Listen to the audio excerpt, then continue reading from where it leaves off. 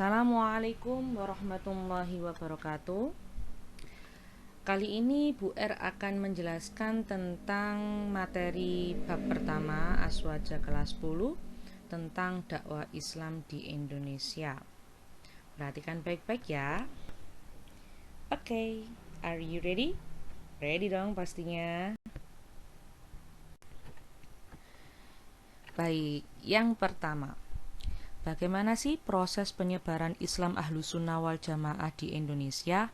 Jawabannya, proses penyebaran Islam Ahlus Sunnah wal Jamaah di Indonesia diawali dengan adanya kegiatan perdagangan.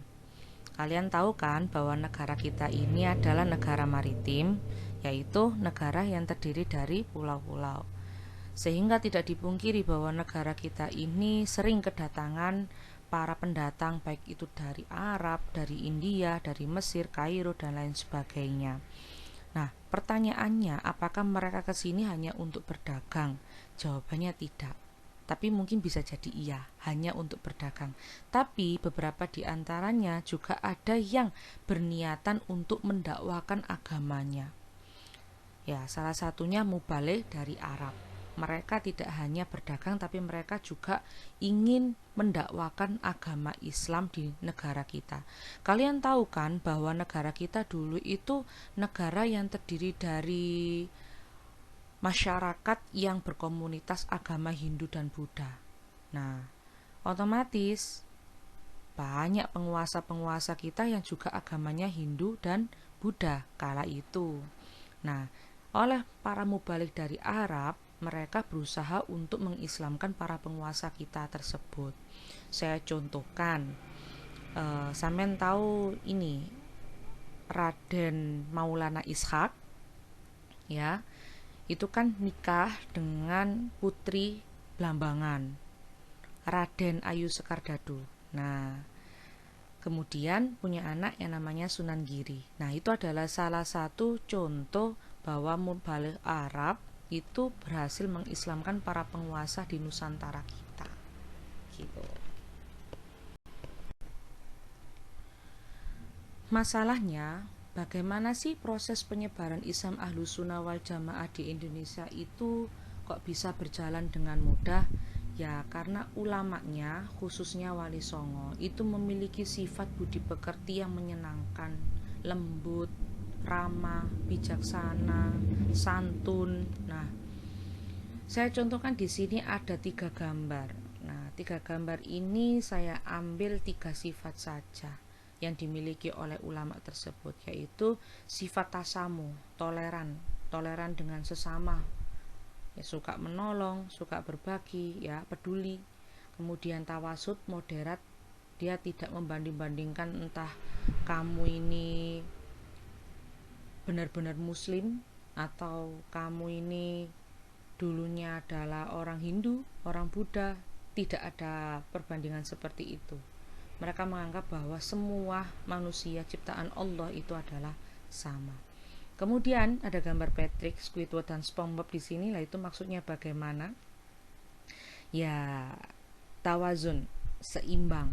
Jadi tidak pilih kasih, mau berteman dengan SpongeBob saja atau mau berteman dengan Patrick saja, tapi semua saling menyayangi. Tawazun.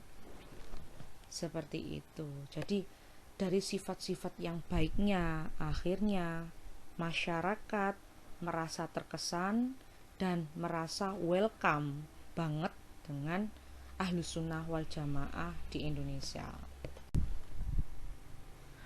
Lalu bagaimana sih Bu strategi dakwah Islam Ahlus Sunnah wal Jamaah di Indonesia? Ada banyak, tapi Bu R akan menyampaikan 4 saja. Yang pertama, seni dan budaya lokal. Jadi para ulama kita terdahulu, Wali Songo, itu menggunakan cara pendekatan seni dan budaya. Contohnya wayang Purwo yang dikenalkan oleh Sunan Kalijogo. Kemudian gending yang diperkenalkan oleh Sunan Giri. Bedanya apa? Kalau Sunan Kalijogo itu mediasinya menggunakan cerita, drama, wayang. Tapi kalau Sunan Giri berupa vokal, nada, lagu. Contoh lir ilir. Nah, itu adalah karya dari Sunan Giri. Kemudian ada tradisi dan adat istiadat setempat, seperti kenduri. Kenduri itu ya tradisi Hindu sebenarnya, Hindu Buddha. Tapi para ulama kita itu hebatnya di sini, beliau tidak ada keinginan ingin menghapus culture budaya kita, tetapi membenahi semua yang kurang tepat. Nah, ini yang kadang disalahartikan oleh orang-orang saat ini, orang-orang yang menganggap bahwa dirinya itu Islam yang kafah, menganggapnya bahwa Nabi Muhammad dulu nggak ada yang namanya kenduri.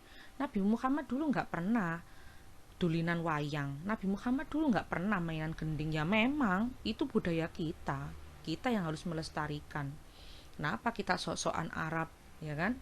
Ya kita tetap mengikuti sunnah Rasulullah. Kita mengikuti aturan yang ada dalam Al-Quran dan hadis, ya kan? Cuman jangan sampai kita ini dikalahkan kehilangan budaya kita. Kita adalah pemilik budaya kita, jadi kita sendiri yang harus melestarikannya. Pokoknya yang baik kita ambil, yang buruk kita buang. Itu yang dilakukan oleh ulama kita terdahulu. Kenduri yang diambil apanya? Kebersamaannya, ya. Terus yang dibuang apa? Sesajennya dibuang, diganti dengan kalimat-kalimat tahlil, kalimat tahmid, ya kan? Kalimat istighfar, takbir, ya. Nah, seperti itu. Bahkan wayang gending pun yang dilakukan, ya kalau dulu ya bahasanya ya bahasa Jawa biasa gitu, ndak ada maknanya. Tapi kalau sampean memahami karya-karyanya Sunan Giri, ya kan, Ruda papat rupa menungso, nah itu kan ada maknanya. Ruda papat itu berarti ini keranda mayat, rupa menungso, ya kan? No, seperti itu contohnya. Strategi dakwah yang ketiga adalah dengan metode tasawuf, yaitu dengan sifat-sifat para mubaligh yang ramah dan penuh kasih sayang, tidak memaksa, tidak ayo melok aku selamat kok. Nah, nggak boleh yang seperti itu. Tetap santun, ramah, itu yang dilakukan oleh para ulama kita terdahulu, sehingga banyak memberikan rasa bangga, ya kan? Ternyata begitu ya kalau menjadi orang Islam. Nah, simpati akhirnya. Terus kemudian yang keempat, pendidikan. Kalau dulu itu pendidikan tidak dijelaskan secara detail bagaimana metodenya, yang jelas pasti sederhana karena belum ada sekolah. Jadi mengajinya pun di masjid atau di rumah para mubaligh. Nah, di sanalah mereka melakukan banyak pengajian, memberikan banyak petua-petua, nasihat-nasihat, sehingga menjadikan masyarakat itu merasa terkesan dan ingin segera masuk Islam. Lantas paham keagamaan yang berkembang di Indonesia itu bagaimana, Bu?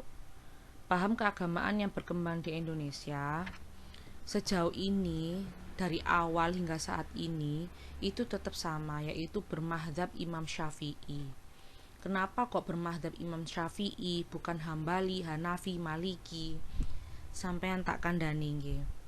Mazhab sing paling enak, paling nyantai, nggak keras itu hanya mazhab Imam Syafi'i. Bayangkan kalau kita menggunakan mazhab Imam Hambali, Imam Hanafi, Imam Maliki, astagfirullahaladzim, yang jadi adalah negara kita menjadi negara yang radikal tanpa toleransi. Itu yang terjadi. Nah, karena kita menggunakan mazhab Imam Syafi'i, maka hingga saat ini kita berada pada kedamaian. Nah itu tadi, karena apa? Mazhab ini dianggap sebagai mazhab yang paling sesuai dengan kondisi sosial dan culture masyarakat Indonesia dari dulu hingga saat ini. Nah, berikut adalah beberapa amalia keagamaan yang dilakukan sebagian besar masyarakat Islam di Indonesia, yaitu menganggap bahwa basmalah Bismillahirrahmanirrahim itu adalah sebagai ayat pertama dalam surat Al-Fatihah. Tidak semua golongan di masyarakat kita menganggap bahwa basmalah itu ayat pertama. Pernah tahu itu? Nah, apakah salah mereka? Tidak, belum tentu. Al-yakinul huwal haq, apa yang kamu yakini itu yang paling benar. Jadi kita nggak boleh menyalahkan orang. Bisa jadi mereka yang benar. Yang jelas kita tetap meyakini. Yakini saja bahwa basmalah itu adalah sebagai ayat pertama dalam surat Al-Fatihah. Yang kedua, mengeraskan bacaan basmalah pada sholat jariyah. Apa itu sholat jariyah? Sholat yang disunahkan mengeraskan bacaan. Sholat apa aja? Subuh, maghrib, isya. Nah, kemudian yang ketiga, doa kunut pada sholat subuh. Tidak semua golongan masyarakat yang pakai kunut ketika sholat subuh. Kalian tahulah itu golongan apa. Yang keempat, bersalaman setelah selesai sholat jamaah. Nah, tidak semuanya seperti itu. Yang kelima, bila Jumat menyerahkan tongkat ke khotib. Nah, ini amaliyah juga bagi masyarakat kita sebagian besar. Nah, sebagian besar ini apa? Ya NU. Nah, kemudian yang ke berapa ini ya? 6. Sholat Idul Fitri dan Idul Adha di masjid. Kalau dulu zamannya Nabi ya di lapangan. Kalau sekarang sudah kita laksanakan di masjid dan lain-lain amaliyahnya banyak sekali.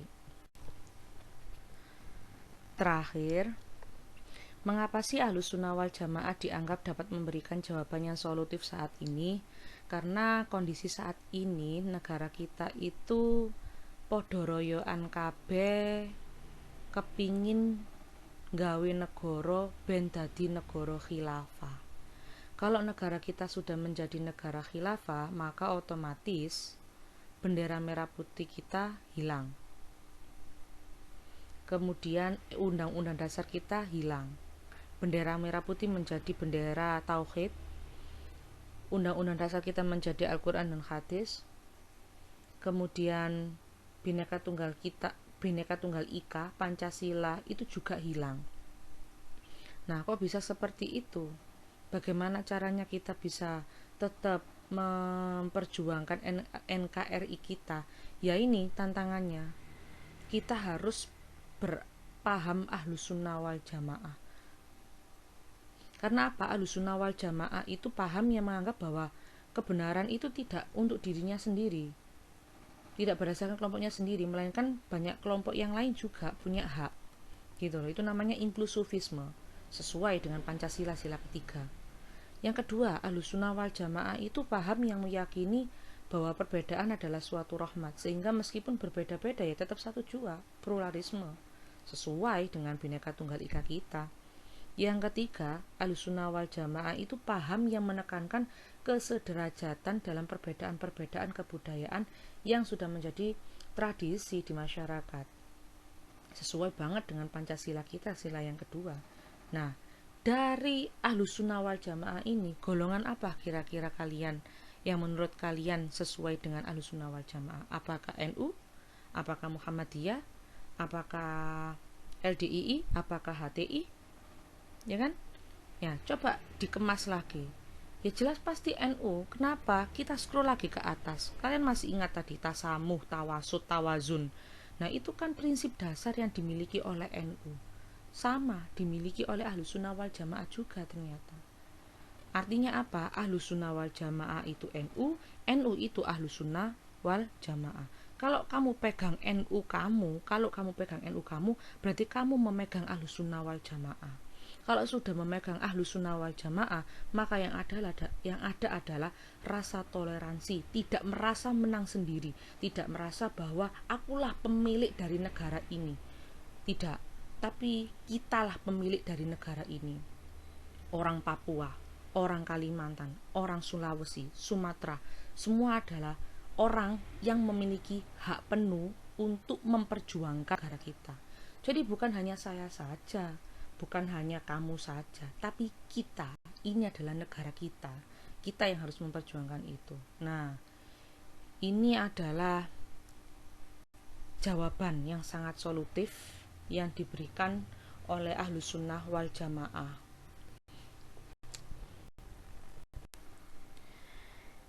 Baik, saya kira cukup untuk pertemuan kita hari ini. Thanks for your attention. Semangat untuk terus berhaluan Ahlussunnah wal Jamaah karena NKRI harga mati. Assalamualaikum warahmatullahi wabarakatuh.